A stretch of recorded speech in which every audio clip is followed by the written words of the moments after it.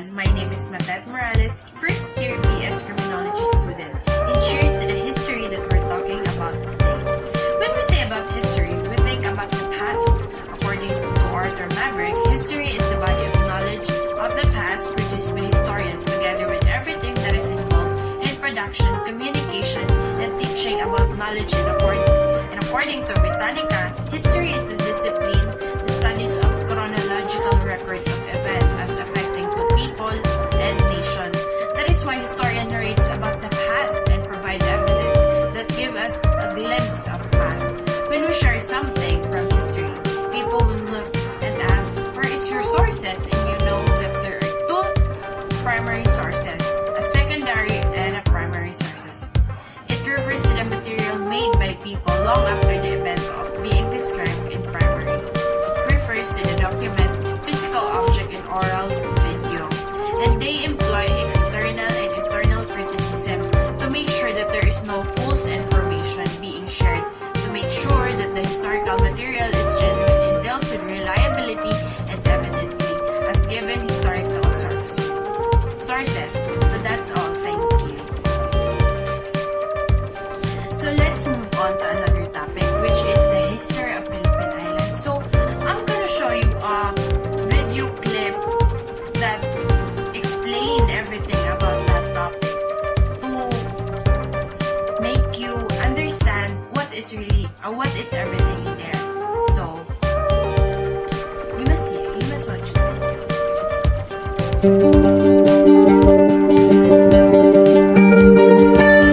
History of the Philippine Islands. Luzon. In various parts of this island of Luzon are found a number of natives black in color. Both men and women have wool hair, and their stature is not very great, though they are strong and robust. These people are barbarians and have but little capacity. They possess no fixed house or settlements, but wander in bands and hordes through the mountains and rough country, changing from one side to another according to the season. They support themselves in certain clearings and by planting rice, which they are very skillful and certain.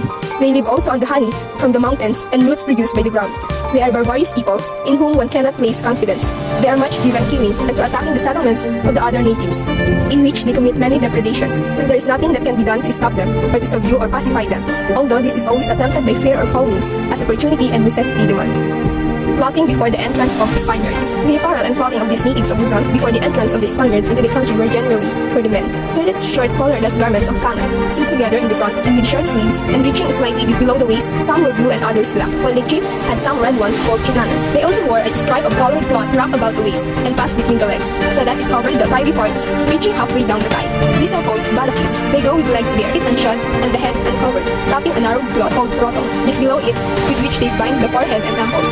About their necks they wear gold necklace, wrought like spanlax, and with links in our fashion, some larger than others. On their arms they wear armlets of wrought gold, which they call kalombigas, and which are very large and made with different patterns. Some wear strings and precious stones, cornelians and agates, and other blue and white stones, which they esteem highly. They wear around the legs some strings of the stones and certain cords, covered with black pitch in many foldings as garters. Principles. Chieftainship was reserved for the women, just as for the men. But any of these chiefs was more courageous than others in war, and upon other occasions, such a one enjoyed more followers and men. The others were under his leadership, even if they were chiefs. These latter retained to themselves the lordship and particular government of their own following, which is called barangay among them. They had datos and special leaders, or mandadores, who attended to the interest of the barangay. The superiority of these chiefs over those of their barangay was so great that they held the ladder of subjects. They treated this well or ill, and disposed of their persons, their children, and their possessions, at will, without any hesitance, or rendering account to anyone. For every slight annoyance, and for slight occasions, they were wont to kill and wound them, and to enslave them, if bathing in the river, or who have raised their eyes to look at them less respectfully, and for other similar causes. Laws. The natives' laws throughout the islands were made in the same manner, and they followed the traditions and customs of their ancestors without anything being written. Some provinces had different customs than others in some respects. However, they agreed in most, and in all the islands, generally the same usage were followed. There are three conditions of persons among the natives of these islands, and into which their government is divided. The chiefs, of whom we have already treated, the timaguas, who are equivalent to plebeians, and slaves, those of both chiefs and timaguas. The slaves were of several classes. Some were for all kinds of work and slavery, like those which are ourselves hold. Such are called sagigili. They serve inside the house, as did likewise the children born of them. There are others who live by their own houses with their families, outside the house of their Lord, and come at the season to aid him in his sowings and harvest among his rowers when he embarks in the construction of his house when it is being built, and to serve in his house when there are guests of distinction. These are bound to come to their Lord's house whenever he summons them, and to serve in these offices without any pay or stipend. These slaves are called namamahay, and their children and descendants are slaves of the same class. From these slaves, sagigilid and namamahayan are issued, some of whom are whole slaves, some of whom are half slaves, and still others one-fourth slaves. It happened thus if either the father or the mother was free, and they had only children, he was half free and half slave. If they had more than one child, they were divided as follows. The first follows the condition of the father, free or slave. The second that of the mother. If there were an odd number of children, the last was half free and half slave. Those who descended from this, if children of a free mother or father, were only one-fourth slaves because of being children of a free father and mother of a half slave. These half slaves are one-fourth slaves, whether sagigilid or namamaha, serve their masters during every other week. In this respect, so is such condition slavery. The useful price of a sagigilid slave among the natives is, at most, generally 10 piece of good gold and 80 pesos if he is namamaha. Half of that sum, the others add in the same proportion, taking into consideration the person and his age. These slaves comprise the greatest wealth and capital of the natives of these islands, for they are very useful to them and necessary for the cultivation of their property. They are sold, traded, and exchanged among them, just as any other mercantile article from one village to another, from one province to another, and likewise from one island to another. Therefore, and to avoid so many suits as would occur if these slaveries were examined, and their origin and source certain, they are preserved and held as they were formerly. Marriage of natives. This marriage of these natives commonly and generally were and are chiefs with women chiefs, imagwas with those of that rank, and slaves with those of their own class. But sometimes, these classes intermarry with one another. They considered one woman whom they married as the legitimate wife and the mistress of the house, and she was styled inasaba. Those whom they kept besides they considered as family. The dowry was furnished by the man, being given by his parents. The wife furnished nothing for the marriage until she had inherited it from her parents. The solemnity of the marriage consisted in nothing more than the agreement between the parents and relatives of the contracting parties, the payment of the dowry agreed upon the father of the bride, and the assembling at the wife's parents' house of all the relatives to eat and drink until they would fall down. For when it was not returned to him, and the wife's parents kept it, the property that they had acquired together was divided into halves, and each one disposed of his own. If one made any profits in which the other did not have a share or participate, he acquired it for himself alone. Pintados Island. The native of the islands of Pintados, especially the women, are very vicious and sensual. Their lasciviousness has discovered lascivious methods of communication between men and women, and there is one in which they are accustomed from their youth. The men skillfully make a hole in their virile member near its head, and insert therein a serpent's head, either a metal or ivory, and fasten it with a peg of the same material passed through the hole, so that it cannot become unfastened. Religion. In the matter of religion, the natives proceeded more barbarously and with greater blindness than in all the rest, for besides being pagans without any knowledge of the true God, they neither strove to discover him by way of reason, nor had any fixed belief. The devil usually deceived them with 1,000 errors and blindness. He appeared to them in various horrible and frightful forms, and as fierce animals, so that they feared him and trembled before him. They generally worshipped him and made images of him in the said forms. This they kept in caves and private houses, where they offered them perfumes and odors, and food and fruit, calling them anitos. This is all about our report about.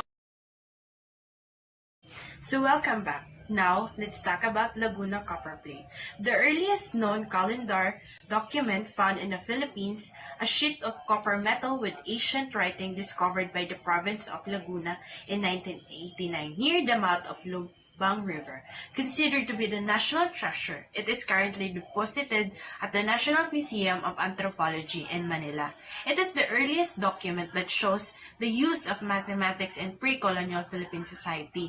So the Laguna copper plate proves that the natives of the Philippines were already connected to the Asian culture long before the Spanish colonization. So let's proceed to another topic, and I hope you understand. Hello, now let's talk about the duties of Katipunan. Katipunan made the Philippine Revolution against the Spanish colonizer. It is considered as the representative of what we called Solo because they want to fight for the equality and restoration of the prosperous life of the Filipino civilization.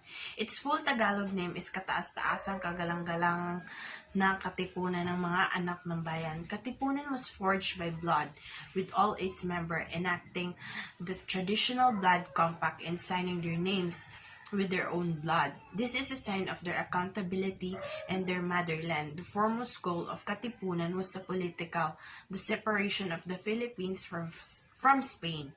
Its members also recognized and performed a civic duty, which was mutual assistance. In the pre-colonial period, people tend to work for the development of the states, although there are different rules among it is clear that they work towards one goal. Katipunan was particularly recruiting members from the peasants and working great discrimination and abuses in the society. Philippine historian Rinaldo Lieto points out that the Katipunan belong to a long tradition of social movement in a Philippine history, which fortunately been despaired and branded by authorities and the elite as illicit. These popular movements, the Katipunan was clothed in millenarism, which continued the legacy of Katipunan during the American occupation. So that was all about the duties of Katipunan. So hi guys, now we are going to move on in prehistoric period. In this excerpt from a variety of written by Spaniards, the 16th and 17th century Spain are summarized. Despite the fact that it's written in Spanish, the content portrayed the Philippine daily lives and culture during the colonial era. The reading subject are mostly concerned with the circumstances of the time. So hi everyone, did you know that the 16th and 17th century was one of the darkest periods in the Philippine history? Injustice, social and racial prejudice, a restrictive economic system, and heinous church, and all government corruption are all prevalent. Rizal demonstrated knowledge and the mind are one of the powerful weapon, and we use properly. The pen is more powerful than any sword in the world. Now, 19th century. Although the 19th century was dubbed as the Age of Enlightenment, it was one of the darkest period in Philippine history. The 19th century was one of the darkest period in Philippine history because injustice, social, racial prejudice, a restricted economic system, and heinous church and government corruption are all prevalent. Filipinos are viewed as slaves and fools with no right to own land, talk freely, or acquire an education. 1896 Philippine Revolution. Philippine Revolution began in 1896 as a military conflict between Filipinos and Spanish colonial rulers Biak na Bato. PAC was formed on December 15, 1896 to depose their Spanish ruler. Neither the U.S. nor Spain recognized the declaration because the Spanish government surrendered the Philippines, our country, to the USA.